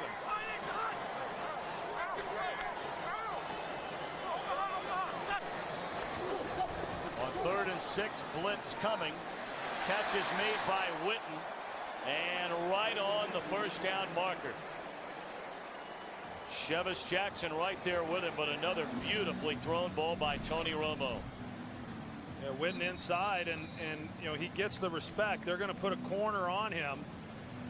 He's just so good at setting up routes, and you know, you put him in the middle where he can break inside or outside or go up the seam, and he's very, very difficult regardless of who you put on him. In fact, Mike Smith said we don't have one guy who we're confident in that can cover him, and we're going to try a multiple of people and different things.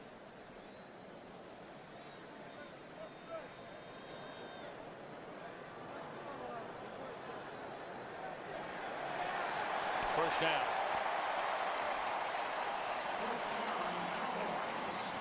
And overall, they've actually done a pretty good job on Jason Witten. I think, you know, when you look at who's hurt them, it's been Miles Austin. Well, they don't want to hear that name, Miles Austin, in Kansas City or Atlanta. Well, they sure don't in Kansas City. And they may be saying his name in vain in a lot of places before this year is over.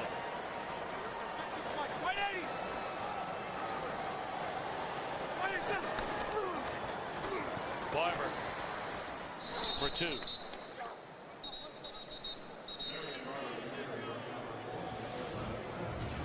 What's Miles Austin done so far today? Really, he's been very shaky compared to Kansas City. Well, I was talking about the play in Denver when they had the interception, and you there was a thought then that he and Romo, didn't have this kind of chemistry where they've got a good feel for one another. But looking at Kansas City, looking at what's happened here today, it's pretty apparent that Tony Romo has great confidence in Miles Austin, and that happens when a guy starts making plays for you. Some of the things that they're doing together are what the Cowboys ultimately hope happens between him and Roy Williams. And there is an attempted connection between that duo, and it's incomplete, third down. Yeah, and there's something that's just not right there, because again, a slant route, pretty easy throw, time to throw the ball, and yet they just don't deliver on that. I mean, right there, and the ball's low, and I don't know what exactly it is. And Roy Williams has spent a lot of time this offseason getting ready for this year, heavily scrutinized throughout the offseason based on the lack of production a year ago, but they just still haven't been able to make it work. Today is his 15th game as a Cowboy since a trade.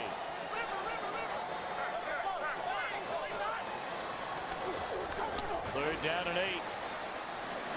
It always comes back to Miles Austin. And he lost control of the football at the 27-yard line. He had an eye to the corner of the end zone. Well, Atlanta brings pressure to Tony Romo's front side, and they do a good job of picking it up. You're going to see Tashard Choice. Mike Peterson comes inside, the block there, and then the window that Romo has to throw it in, and I don't know what it is, but when Miles Austin catches the ball, nobody can make a tackle. That time, Chris Houston, who was not in coverage but had a chance there to come off and make that play, he failed to make the tackle. 171 receiving yards for Miles Austin.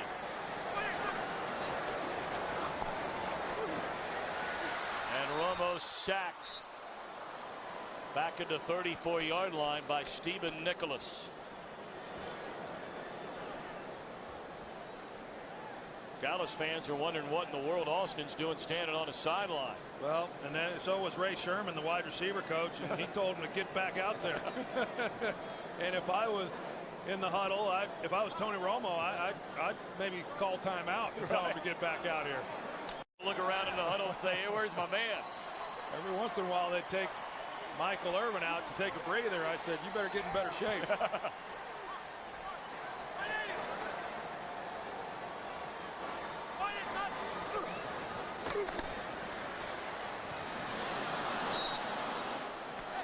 Like Romo may have lost the grip as he went to throw that one again to Austin. So third down and 14. I tell you, I am impressed with what the running backs have done for the Dallas Cowboys in picking up some of these blitzes and linebacker blitzes from the Atlanta Falcons. Even for Felix Jones, guy who missed most of last season, a young player, and that generally is where these young running backs really struggle, is in pass protection. And he's done a good job. And then Tashard Choice, he does everything pretty well.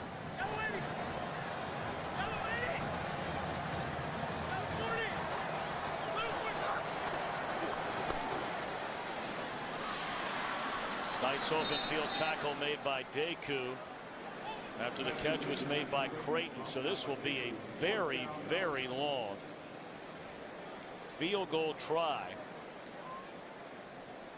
Going to be about 47, 48 yards. Yeah, this is interesting, because if you make it here, then you make it a 2-touchdown game. But if you miss, boy, you're giving the ball to Atlanta with great field position to get down the field themselves and climb right back into this ball game. This becomes a really big attempt here by Nick Folk. His season long is 51. He has more than enough leg.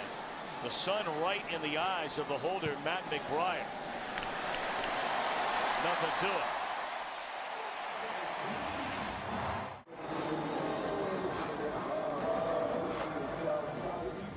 (27-14) Dallas. We talked about it time and time again today, but the Cowboys talked about it time and time again when we met with them on Friday about the enormous importance they were putting on this game. Matt Ryan, 11 of 22 for 100 yards, but he's been sacked 3 times in the game. Snelling has carried the ball well, albeit just 7 rushing attempts. And Atlanta, as the ball is loose, a flag is down. Ball was batted away, covered up by Justin Peele after it was stripped away by Ratliff. But again, a flag is down. Personal foul, grabbing the face mask, 73, offense.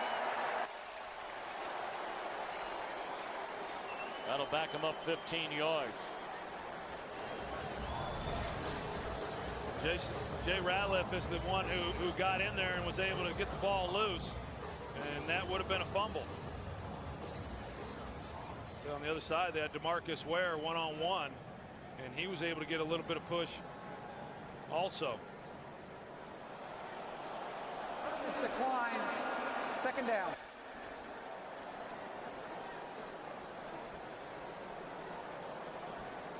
Well, they declined the penalty because after the fumble, it's a loss of 5.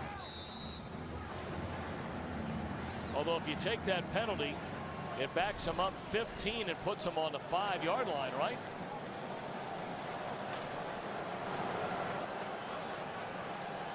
Granted, it would be first down, but a little more breathing room. 2nd and 15. 3rd and 15. Well, I think if the Falcons are going to climb back into this, they're going to have to convert this 3rd down right here.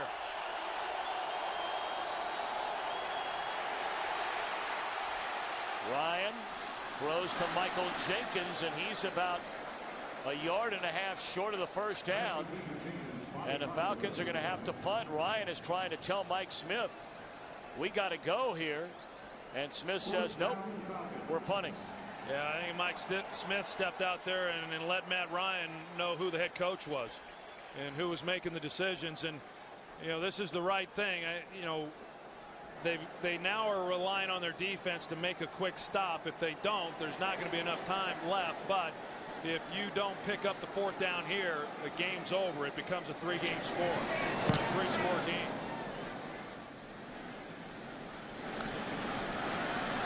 Creighton into the open field, and he is long gone. He lost his job, but may have earned it back.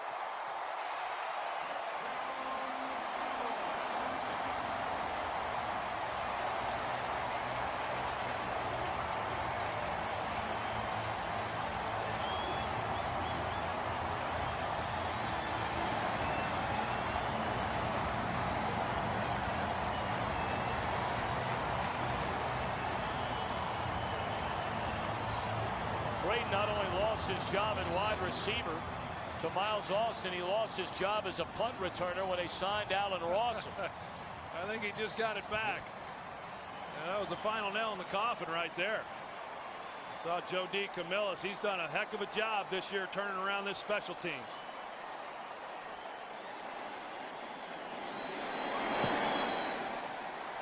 Point after is good.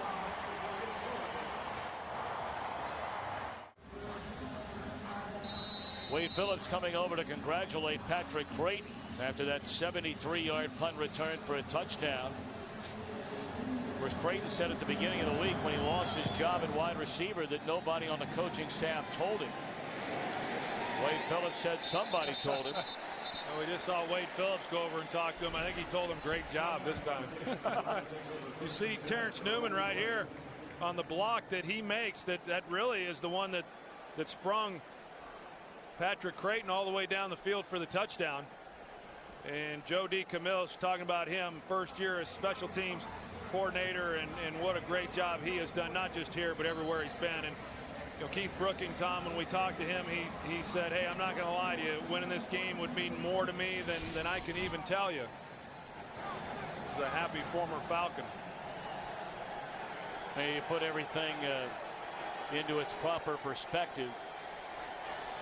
And Joe D. Camillus just being able to celebrate over there standing on a sideline as an NFL coach is all secondary to being alive. You may remember at Valley Ranch when they had that tornado-like storm that took down the practice facility, the aluminum structure collapsed. He was inside that structure at the time. Spent 5 hours on an operating table. They put a 13-inch incision, 2 titanium rods that went the entire length of his spine. They said literally his spinal cord was hanging by a thread, and is extremely fortunate that he didn't end up in a wheelchair for the rest of his life. And it's been a long recovery for him, and it still is. I mean, there's still a lot of therapy that he's going through weekly in order to regain, you know, some of the movements that he had prior to the injury.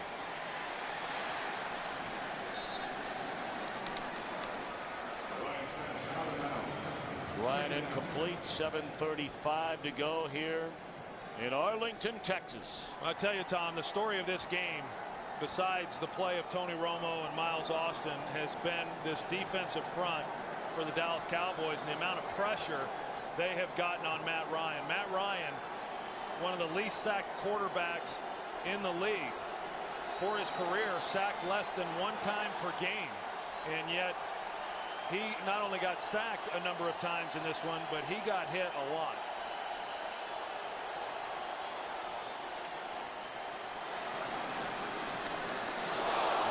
Booker takes a lick from Mike Jenkins. The ball is loose. Jenkins, who made the hit, picks up the ball and races to the other end for a touchdown. I'll tell you what, that in my opinion should be a penalty on Mike Jenkins. I mean, he went right to the head on Marty Booker, helmet to helmet, launched himself, crown of the helmet, and Marty Booker is hurt. The challenge flag comes out by Mike Smith. There is no debate whatsoever. That is helmet to helmet. They have officials right there watching the entire play. I'm shocked that it was missed. But that's the type of hit they're trying to take out of the game. Atlanta's challenging the ruling on the field that it was a fumble.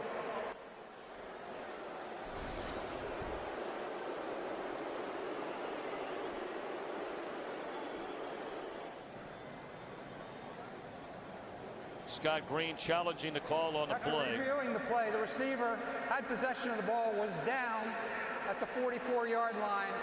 It's Atlanta's ball, 1st and 10.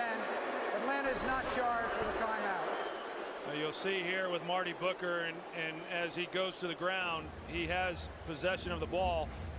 And just to clean that up, we did talk to Mike Pereira, the head of officiating, and once he became a runner, then there is no protection on helmet-to-helmet contact, although I know that that's a hit they're trying to eliminate from the game. I disagree that he was a runner.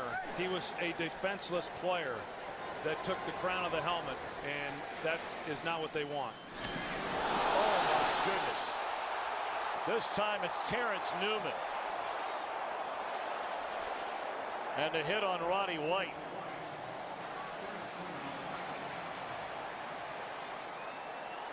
I think it's pretty safe to say that at least on this day, Jenkins, Newman, and Sensabaugh coming out hitting.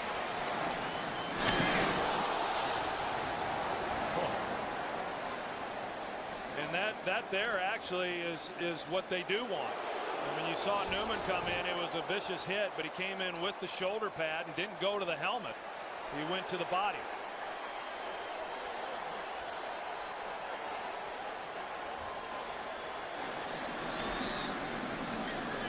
Tony Gonzalez with a reception down to the 30-yard line. Clock continues to roll under 6.5 to play.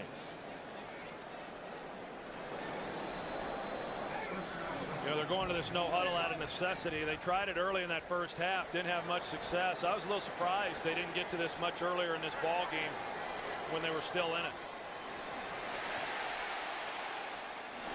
Again under heavy pressure, and Ryan just throws it away, that time being chased by Anthony Spencer. Well, another growing game, if you will, for Matt Ryan. I mean, not every day are you going to roll out of bed, throw 2-3 touchdown passes and not get hit. Days like this are going to happen. You remember those days, Mr. Aikman? Yeah, I had a career's worth in my first season. Things aren't going to get a lot easier for this Atlanta team, considering the number of games they have coming up on the road in some tough places. Catch made by Finneran. Today begins a 5-game stretch where the Falcons go on the road. In Dallas today, they go to New Orleans next weekend. Then Washington at home and go to Carolina and the Giants. Tough duty, 4 of 5 on the road, but what that tells you is then down the stretch, they're going to have a number of home games when it's obviously very important to be playing pretty good ball. False start, offense, number 63, 5-yard penalty, 3rd down. Well, you know, you look at the schedule through the first 8 weeks of the season, the Falcons have the 3rd toughest schedule in the NFL. On the back end, the final 8 weeks, with a majority of those games at home, they have the 7th easiest schedule in the NFL. Well, it helped them today with Miami being able to beat New Orleans.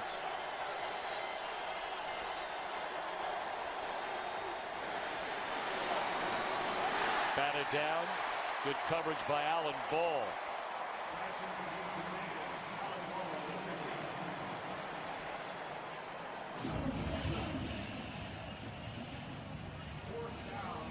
So 4th down and 10. Ryan and the Falcons obviously are going to go for it, down by 20.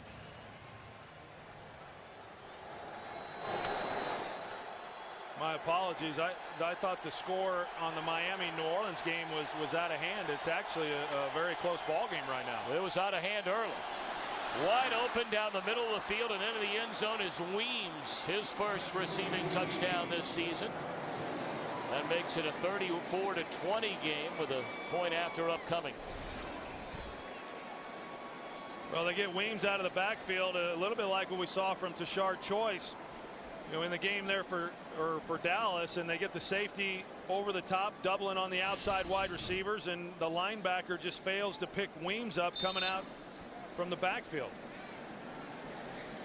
And with them able to score here and tighten this game up to now a 2-score game and still time for Atlanta.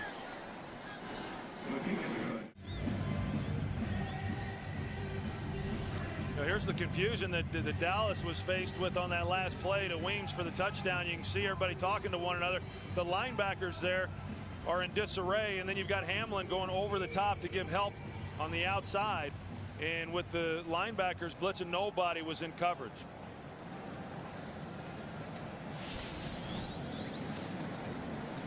Now the onside kick attempt undoubtedly upcoming for the Falcons.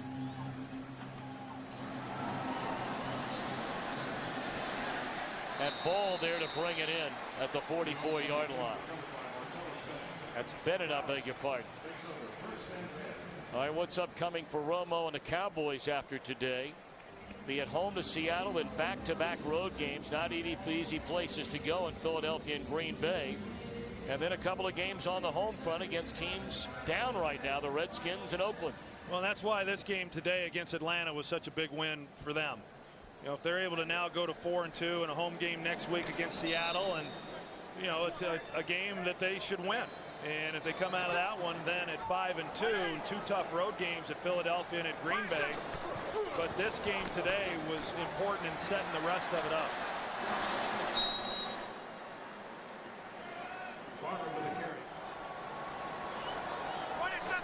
They bleed that play clock all the way down to 1. Give it to Jones to the 38-yard line. I'll tell you what, Tom, I think Atlanta offensively, as we take a look there at Matt Ryan, I think that, you know, they've really got to find out what's holding them back. And they've done a good job, as we talked about throughout this game, of scoring touchdowns in the red zone. They've protected Matt Ryan. They've not turned the ball over.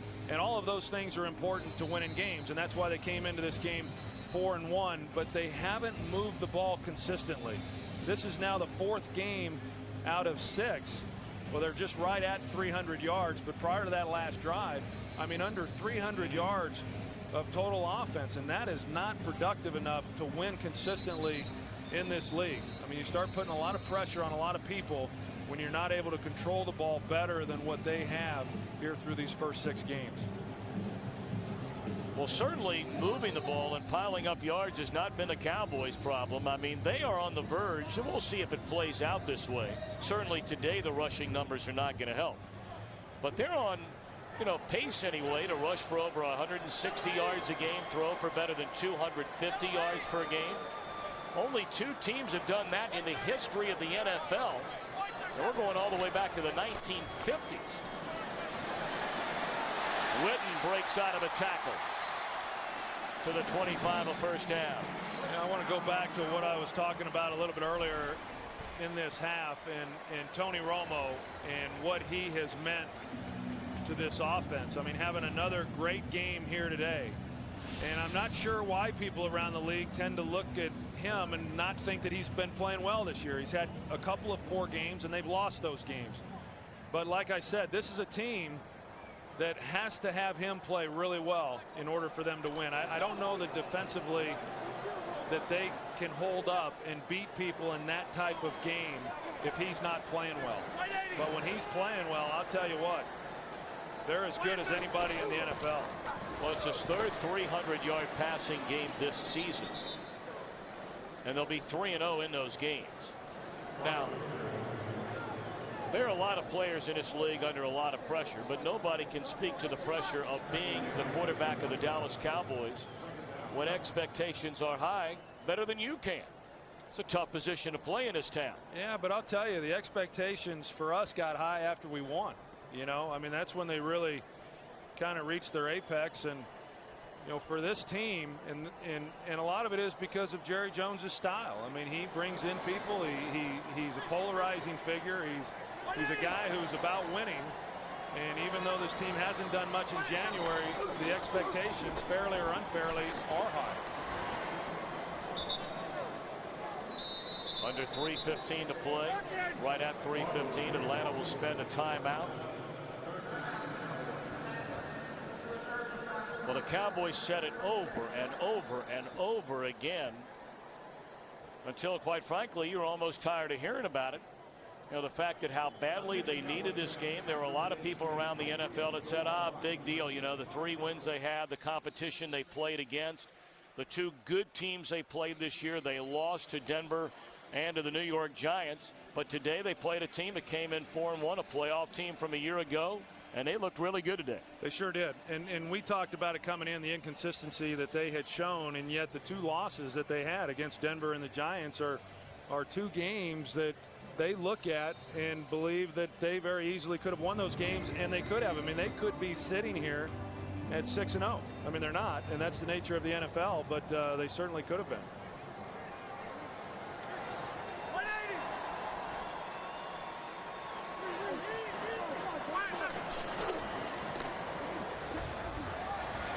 Cowboys trying to put this one on ice. Closing in on the 3-minute mark.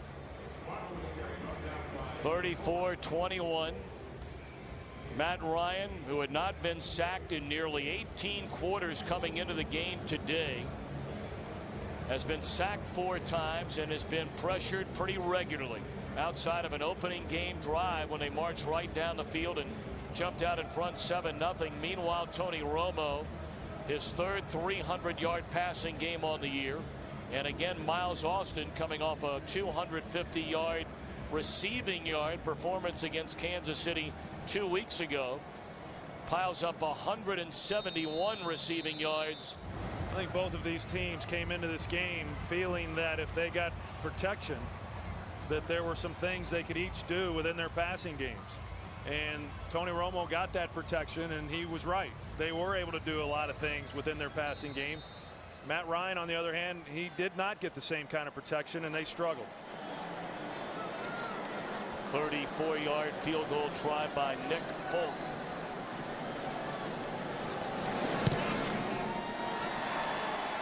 It's another weapon the Cowboys have. I know he only missed 2 field goals all of last year. He's missed 2 this year. They've got one of the better kickers in the league in Folk.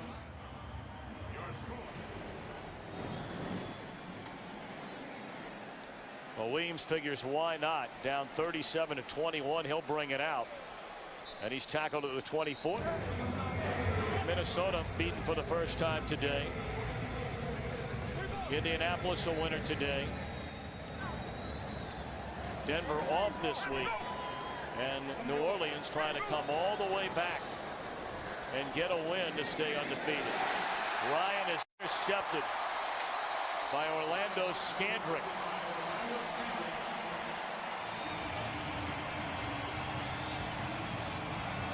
Yeah, a little surprised that Matt Ryan is even still in the ball game. And you know, when you get into this type of situation late in the game and you're down, you know, 16 points and you're just trying to make throws and that you wouldn't otherwise make, that when this game ends and you look back on it, you say, yeah, well, he had a couple of interceptions and he did, but yet this one was an attempt to just try to make something out of nothing. Miles Austin has a lot to smile about. Oh, I was just going to say, he does. He does. It's a heck of a two-game performance he's put together. Well, 2:09. Romo going to take a knee to run it down to the 2-minute warning. The owner, Jerry Jones, had said that a win over the Atlanta Falcons today would legitimize his ball club, and you know, so he's got to be feeling pretty good about this win. And you know, wins are hard to come by in this league, but the Falcons, a playoff team from a year ago, and a team that we all believe is going to be there at the end. I would agree that this is a big win for a team that had been struggling, and quite honestly, it had a little self-doubt. They're in the Dallas Cowboys, wondering just how good they really were or are. You know, during their bye week, everybody else in their division got beat. So without even playing, they were able to feel a lot better about themselves. As now, with a win here today, you know, the Giants have a big one later tonight at home against the Arizona Cardinals.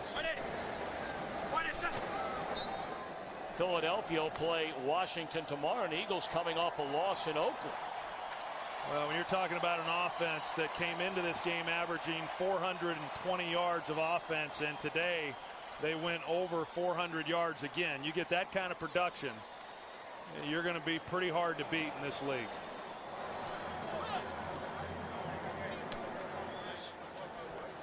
Final score here in Dallas, 37-21.